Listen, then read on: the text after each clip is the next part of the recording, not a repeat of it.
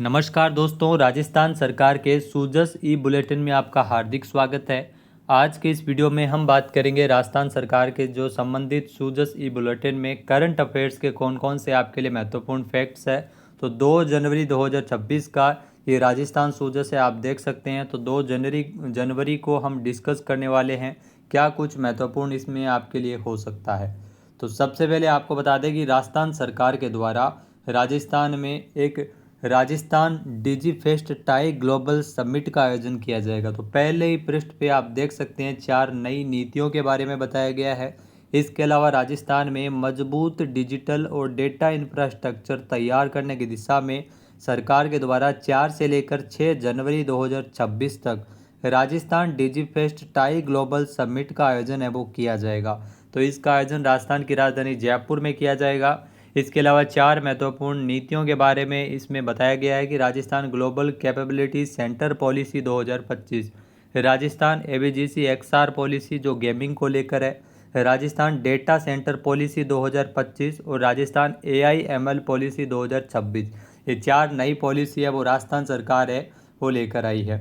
इसके अलावा जो राजस्थान डिजी फेस्ट टाई ग्लोबल समिट, इसमें महत्वपूर्ण जानकारी आपके लिए ये भी है कि आई स्टार्ट राजस्थान जो कार्यक्रम चलाया जा रहा है, जिसके माध्यम से अब तक 7,200 से अधिक स्टार्टअप्स है वो पंजीकृत हो चुके हैं। इनमें से 1,000 करोड़ रुपए से अधिक का निवेश आया है और 42,500 से अधिक रोजगार भी सर्जित हुए हैं।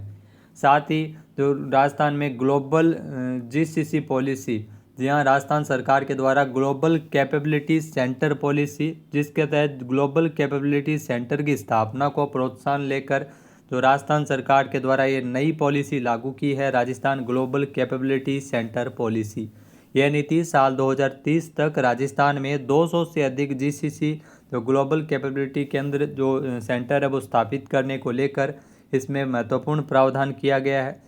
1.5 लाख रोजगार सर्जित करने के साथ भारत सरकार के जो भारत के 100 अरब डॉलर के जीसीसी बाजार में महत्वपूर्ण योगदान देने का लक्ष्य निर्धारित किया गया है। इस नीति के माध्यम से जयपुर, उदयपुर और जोधपुर जैसे शहरों को जीसीसी हब के तौर पर विकसित किया जाएगा। इसके अलावा जो राजस्थान सरकार राजस्थान एवीजीसी एक्सआर पॉलिसी 2024, ये एवीजीसी एक्सआर पॉलिसी 2024 है जो एनिमेशन, विजुअल गेमिंग इफेक्ट्स, जो गेमिंग कॉमिक्स और एक्सटेंडेड रियलिटी क्षेत्र में महत्वपूर्ण प्रतिभाओं को प्रोत्साहित देने के लिए ये पॉलिसी है वो लाई गई है। इस नीति में राज्य में बनने वाली एनिमेशन फिल्मों, गेम्स, कॉमिक्स इत्यादि के उत्पादन में अनुदान देने का प्रावधान किया गया है और साथ ही साथ स्थानीय संस्कृति और सामग्री निर्माण पर ध्यान केंद्रित करने वाले स्टार्टअप्स और उद्यमों को अतिरिक्त प्रोत्साहन भी दिया जाएगा। इसके अलावा अटल इनोवेशन स्टूडियो और एक्सेलरेटर स्थापित किए जाएंगे नवाचार को बढ़ावा देने के लिए। ये स्टूडियो कोडिंग, वीएफएक्स लैब और एडवांस्ड कंप्यूटिंग सुविधाओं से लैस होंगे। इसके अलावा एक और पॉलिसी के बारे में यहाँ पर चर्चा की गई है, जहाँ जो जयपुर में है बामासार डेटा सेंटर, 800 रैंक वाला ये state of art tier 4 data centre है। ये सरकारी स्वामित्व वाला देश का सबसे बड़ा डेटा सेंटर है जो कि जयपुर में है। डेटा की बढ़ती उपयोगिता और डेटा स्टोरेज पर बढ़ती निर्भरता को देखते हुए सरकार अब राजस्थान में निजी क्षेत्र में डेटा सेंटर की स्थापना को लेकर प्रोत्साहन किया जा रहा है। राजस्थान डेटा सेंटर पॉलिसी भी इसके लिए लाई गई है, राजस्थान डेटा सेंटर पॉलिसी 2025, जिसका लक्ष्य प्रदेश में विश्व स्तरीय डेटा इकोसिस्टम विकसित करना है और राजस्थान को डेटा सेंटर का प्रमुख केंद्र बनाना है। इसमें 10 वर्षों तक 10 से 20 करोड़ रुपये वार्षिक एसेट क्रिएशन इंसेंटिव, 100 करोड़ से अधिक निवेश करने वाले जो पहले 3 डेटा सेंटर्स को 25% अतिरिक्त सनराइज इंसेंटिव भी मिलता है। साथ ही 5 वर्षों तक इसमें 5% ब्याज अनुदान, बैंकिंग, ट्रांसमिशन और व्हीलिंग शुल्क में 100% छूट, भूमि संबंधी फ्लेक्सिबल भुगतान और सुविधा, जो साथ ही साथ दो स्टाम्प ड्यूटी, भू रूपांतरण और विद्युत शुल्क में भी इसमें छूट दी जाती है। 10 करोड़ रुपये तक के बाह्य विकास शुल्क से भी छूट के प्रावधान किए गए हैं। तो ये डेटा सेंटर पॉलिसी है, यहाँ से भी एग्ज़ाम में काफ़ी सारे क्वेश्चन आपके बन सकते हैं। फिर बात करते हैं ई गवर्नेंस को लेकर, जो एआईएमएल पॉलिसी, ये भी विस्तार किया गया है। आर्टिफिशियल इंटेलिजेंस और मशीन लर्निंग पॉलिसी है वो 2026 में राजस्थान सरकार लागू करने वाली है। यहाँ सेवा प्रदायगी में सूचना प्रौद्योगिकी के महत्व को देखते हुए ई गवर्नेंस के विस्तार को सुनिश्चित करने के लिए ये नीति लाई गई है। आर्टिफिशियल इंटेलिजेंस और मशीन लर्निंग का उत्तरदायी नैतिक और सुरक्षित उपयोग हो और एआई के बेहतर उपयोग से पब्लिक सर्विस डिलीवरी का तेज हो, पारदर्शी और नागरिक केंद्रित बने, और इसलिए इस नीति का प्रमुख उद्देश्य है।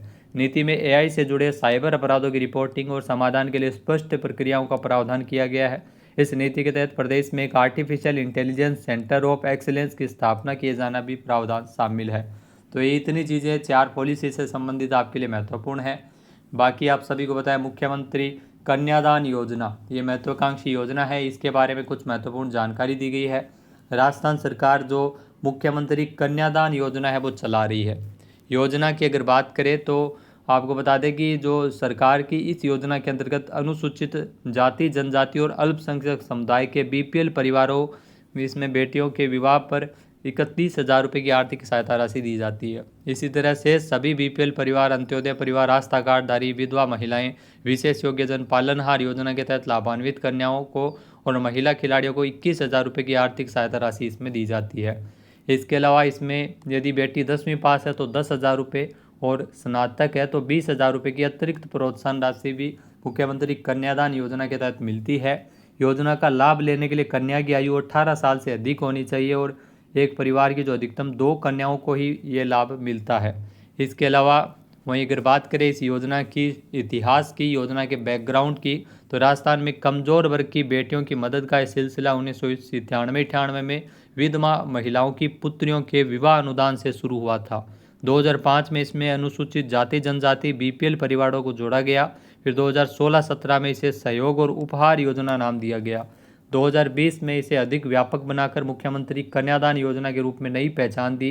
पहले इस योजना में आवेदन की जो सीमा है वो विवाह की तारीख से 6 माह तक थी, लेकिन अब वर्तमान सरकार ने समय सीमा 1 वर्ष तक कर दिया था कि विपरीत परिस्थितियों में भी कोई भी पात्र परिवार लाभ से वंचित न रह सके। साथ ही साथ सरकार ने योजना को पारदर्शी बनाने के लिए जन आधार पोर्टल से एकीकृत भी कर दिया है ताकि ऑटोमेटिकली ये आवेदन है वो इजी हो सके जन आधार कार्ड के माध्यम से। फिर अगर बात करें पेपर लीक से रिलेटेड महत्वपूर्ण, इसमें ये आपके लिए एग्ज़ाम के लिए महत्वपूर्ण नहीं है, बेसिक इन्फॉर्मेशन है जैसा कि आप देख सकते हैं। फिर बात करते हैं नेक्स्ट पेज पे। तो नेक्स्ट पेज पे आपके लिए क्या कुछ महत्वपूर्ण है, तो नेक्स्ट पेज पे आप सभी को पता है कि राजस्थान सरकार के द्वारा जो एक खेल जो पंच गौरव योजना है, जिसके तहत प्रत्येक जिले में एक उत्पाद, एक उपज, एक खेल, एक वनस्पति और एक पर्यटन स्थल को प्रोत्साहित किया जा रहा है। पंच गौरव की योजना के बारे में सरकार के द्वारा दिशा निर्देश जारी किए गए हैं। यहाँ से लिए आपके लिए महत्वपूर्ण है राजस्थान युवा एवं खेल महोत्सव 2026, 7 से लेकर 12 जनवरी तक इसका भव्य आयोजन किया जाएगा जयपुर में। यहाँ विकसित भारत, जो विकसित राजस्थान की संकल्पना को साकार करने में युवाओं की सक्रिय भागीदारी सुनिश्चित करने के लिए राज्य युवा महोत्सव का आयोजन 2026 में इस साल भी किया जाएगा।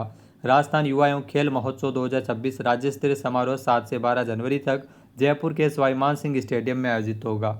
इस महोत्सव के दौरान अलग अलग विभागों की प्रदर्शनी लगेगी, जिसमें प्रदेश सरकार की योजनाएं, जानकारी, युवाओं के लिए कैरियर काउंसलिंग, रोजगार मार्गदर्शन, अलग अलग प्रतियोगिताएं, हाट बाजार और गतिविधियां शामिल होगी। साथ ही जयपुर के जो पंच गौरव योजना के तहत जयपुर जिले की उपज, प्रजाति, खेल और पर्यटन से संबंधित प्रदर्शनी लगाकर लोगों को जागरूक किया जाएगा। राज्य स्तरीय प्रतियोगिता भी होगी, जिसमें प्रथम स्थान पर 50,000, द्वितीय स्थान पर 25,000 और तीसरे स्थान पर 10,000 रुपये पुरस्कार राशि भी दी जाएगी। तो राजस्थान युवा खेल महोत्सव, इसका आयोजन 7 से 12 जनवरी तक। तो दोस्तों ये थे राजस्थान सूजे से रिलेटेड कुछ महत्वपूर्ण जानकारी। वीडियो आपको अच्छा लगा हो कमेंट बॉक्स में ज़रूर बताइएगा। जय हिंद, जय भारत, जय राजस्थान।